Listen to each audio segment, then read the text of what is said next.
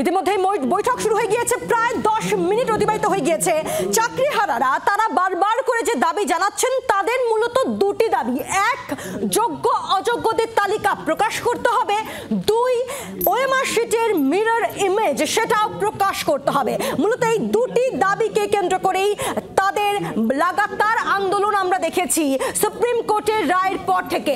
এবং এই বৈঠকের আগে আপনাদের মনে থাকবে 7 তারিখ নেতাজি ইন্ডোরে মুখ্যমন্ত্রী মমতা বন্দ্যোপাধ্যায়ের সঙ্গেও তারা বৈঠক করেন। চাকরিহারারা তারা তাদেরকে আশ্বস্ত করেন মুখ্যমন্ত্রী মমতা বন্দ্যোপাধ্যায় যে রাজ্য সরকার তাদের পাশে আছে। তারপরও আমরা দেখি যে রাজ্যের বিভিন্ন প্রান্তে প্রতিবাদ, বিক্ষোভ, মিছিল দেখি। আর তারপর সেই 7 তারিখের বৈঠকের ঠিক 5 দিনের মাথায় আজ 11 তারিখ, আজকে বিকাশ ভবনে সেখানে বৈঠক শুরু হয়ে গিয়েছে শিক্ষামন্ত্রী ব্রাত্য বসুর সঙ্গে। এবং এই বৈঠক 3টের সময় শুরু হওয়ার কথা থাকলেও আমরা দেখি যে 4টের পর শুরু হয়। প্রথমে তো 8 জনকে প্রবেশের অনুমতি দেওয়া হয়, কিন্তু তারপর চাকরিহারারা বলেন যে না, তারা 12 জন প্রতিনিধি যাবেন এবং তাদের সেই দাবি মেনে নেয়।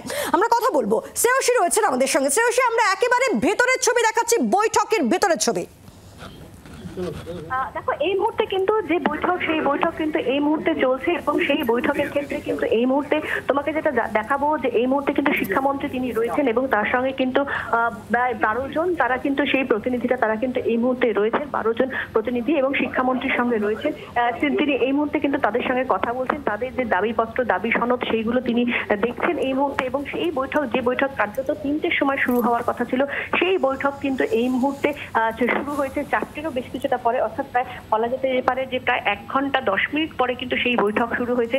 এবং এই মুহূর্তে কিন্তু শিক্ষামন্ত্রী তিনি সেই বৈঠকে রয়েছেন এবং সেই বৈঠকে কিন্তু কার্যত যে ছবি তোমাকে দেখাবো যে এক্ষেত্রে কিন্তু সেই বৈঠকের পরিপ্রেক্ষিতে কিন্তু তোমাকে বলবো যে এক্ষেত্রে এই বৈঠকের পরে সেক্ষেত্রে চাকরিহারারা তারা কতটা আশ্বস্ত হচ্ছেন সেই বিষয়ে কিন্তু নজর থাকছে। এবং যেটা এখনো পর্যন্ত তোমাকে জানিয়ে রাখি যে এই বৈঠকের পরে শিক্ষামন্ত্রীর তরফেও কিন্তু কার্যত সেক্ষেত্রে জানানো হবে যে এক্ষেত্রে বৈঠকের পরিপ্রেক্ষিতে তিনি কি সিদ্ধান্ত নিয়েছেন বা বৈঠকের পরে কি হয়েছে সেটা শিক্ষামন্ত্রীর তরফে সাংবাদিক সম্মেলন করা হবে এবং সেই সাংবাদিক সম্মেলন করেই কিন্তু কার্যত সেই বিষয়টা জানানো হবে যে এক্ষেত্রে সেই বৈঠকের পরে কিন্তু কি তিনি সিদ্ধান্ত নিচ্ছেন। এবং সেক্ষেত্রে চাকরিহারারা তারা বেরোবার পরেও কিন্তু আমরা কার্যত জানতে পারবো যে এক্ষেত্রে তারাও বা এই বৈঠক করে কতটা আশ্বস্ত সেটাও কিন্তু আমরা জানতে পারবো। এবং তোমাকে যেটা জানিয়ে রাখি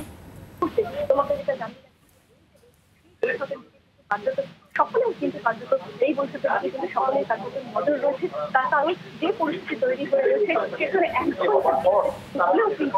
বৈঠক করছে এবং সেই বৈঠকের পরে সেক্ষেত্রে চাকরিহারারা দাবিপত্র যেরকম পেশ করবেন, দাবিপত্র পেশ করার পর তারা কতটা আশ্বস্ত হচ্ছেন, কতটা তারা একেবারে সরকার যেটা ভাবছে সেই ভাবনার সঙ্গে তারা সহমত করবেন, একেবারে সরকার যেটা ভাবছে সেই ভাবনার সঙ্গে তারা সহমত পোষণ করছেন। সেই সামগ্রিক সমস্ত দিকেই কিন্তু কার্যত নজর থাকছে। এবং সামগ্রিকভাবে বলা যেতে পারে যে এই মুহূর্তে যে বৈঠক, সেই বৈঠকে গত কয়েকদিনে যে লাগাতার একটা উত্তপ্ত পরিস্থিতি তৈরি হয়ে রয়েছে, যেখানে চাকরিহারারা একদিকে তাদের চাকরি গেছে, অন্যদিকে তারা এই মুহূর্তে অনশনে রয়েছেন।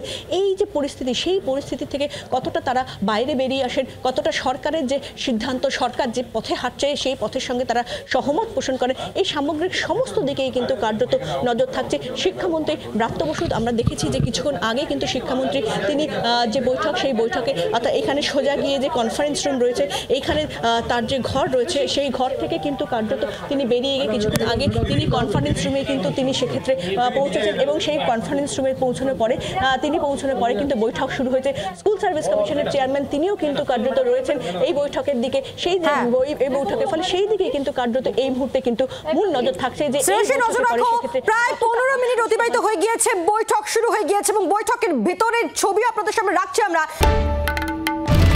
বাংলার আওয়াজ, বাঙালির আবেগ, জি 24 ঘন্টা।